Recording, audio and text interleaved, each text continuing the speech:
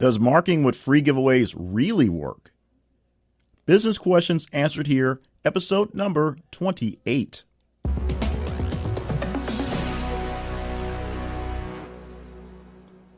Welcome to the podcast. My name is Jay Cleveland Payne. I am a personal and professional development specialist. I have an MBA, and most importantly, I have made a lot of mistakes in over 20 plus years of working on and worrying about my management of my own small businesses and entrepreneurial endeavors. I would like to help you by allowing you to learn from my personal mistakes, my decades worth of study and research, and of course, some insights from other business people and entrepreneurs. To submit your question to the podcast, please visit our website, businessquestionsansweredhere.com. This episode is sponsored by my company, Works. More on our sponsor in a moment, but first, let's get to this week's question. This week's question comes from Janae, who is being sent back in time by a co-founder for a new way to market their business, and she's not so sure that it's really going to work. Here's the question as she sent it to us. I manage a concierge messenger and shipping service in a major metropolitan area, with the luxury of founding the business with great friends from college. Most of our new customers are coming from word-of-mouth referrals, but our service is gaining notoriety around the city. One of the partners brought back our college days and suggested that we put our logo on T-shirts, water bottles, and notepads for giveaways to bring in a few more customers. I remember T-shirt giveaways as being cheesy and don't see a real gain for us with this as an expense. Does marketing with free handouts work for real businesses? That is a great question, Janae, and thank you for sending it in, and thank you for trusting me with the answer. And once I give you this pre-story, you may not trust me so much with the answer that's going to come out, but you'll get it anyway. Now, I'm thinking back to my college days and actually my first quarter in college where I went away and then went home for the break. And because I'm a new freshman, and that's what moms do because they love their kids, they do their laundry the first time home. And I remember my mom being in such a big shock as she's doing my laundry and just complaining about just how dirty my clothes are. And then after she goes through essentially everything I've brought home, everything I've worn for the past few months, goes to realize that all I own are gray T-shirts. At least that's all I received while I was there. Because I went on a kind of short hop and expected to buy some clothes when I got to college, buy some things along the way. But since there were so many people giving things away, a lot of them were credit card companies handing out T-shirts, I ended up with a lot of T-shirts. T-shirts from parties, T-shirts from credit card companies, and T-shirts from other people trying to gain my trust and gain my business. So I know for a fact that at least 30 odd years ago, going to college and getting free stuff was a thing that worked very well. T-shirts were a big draw.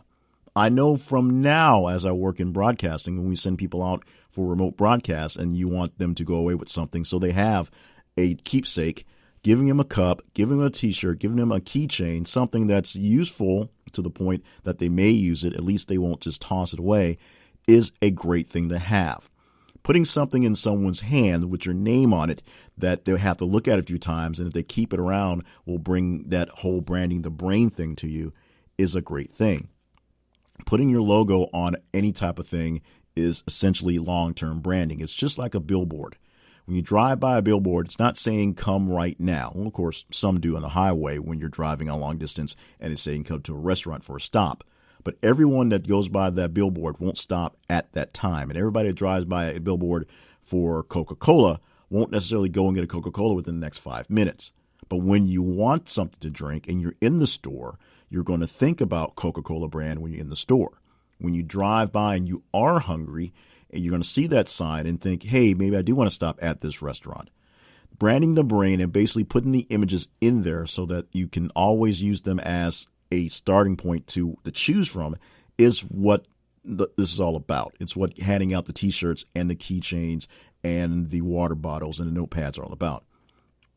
I'm assuming because you guys are messengers, he thought a T-shirt, which are universal, a water bottle, which showing that you're moving the move, and a notepad because you're taking notes are sort of things that fit your niche. So it's something that goes well in your handouts. It could be basically anything. He could have said keychains and pins, and it would have been the same deal. We want something to hand to other people with your name, your logo, with your idea of who you are, so you can keep that in mind or top of mind when the time comes. And if you get enough people around town wearing your T-shirt, enough people in the companies that are doing business with you wearing your T-shirts, and other people see them, they'll ask about them. They'll inquire. Obviously, they may even click on a link, or again, I guess they can't click on a link on the T-shirt, but they can look for a link on the T-shirt and check it out later when they get back or on their phones immediately. What you're doing by doing this sort of merchandise marketing is literally walking around with billboards, having people have billboards so that when you give them a cup, I keep using that example because that's what we do a lot here for the radio stations. A lot of stuff we do are simple things we can carry around, and cups are relatively easy to stack and move around, and they're light. And if we have to carry a bunch back to the vehicles, it's not like carrying large coffee mugs like we did back in the past. They're light, they're simple, they're easy to go. T-shirts go pretty quickly. CDs and stuff like that, we still give those away, are a little heavier, oddly enough. So cups keep coming to mind. So it's important to pick something that's really going to fit your niche. And water bottles and notepads and T-shirts are just universal. But those seem to fit the niche you're going with. Pins might work out as well. It's important that you don't pick something that might offend your listeners. I say listeners because I do radio. Offend your people that are doing what they're doing. For example, we had a program director for a station many years ago, as they're gathering their new stuff for their remotes, order a big batch of the little card size magnifying glasses that you put into your wallet or your purse. And another program director sort of kind of nudged him saying, that's kind of offensive. You're basically telling your listeners that you think they're old. And then he followed it up with the grips that you have for opening jars, which the other program director thought was even worse. That guy no longer works here, they both no longer work here, but the one guy who was ordering the stuff for old people, basically calling his listeners old, he left unceremoniously, and the other guy more or less left under his own power, if you understand. So picking the right thing to give out is really important. Now, as you said, you believe it seems kind of cheesy, seems kind of silly to do the giveaways. And if it seems that way, you also have to think about the people you're trying to market to. Does it seem cheesy and cheap to them?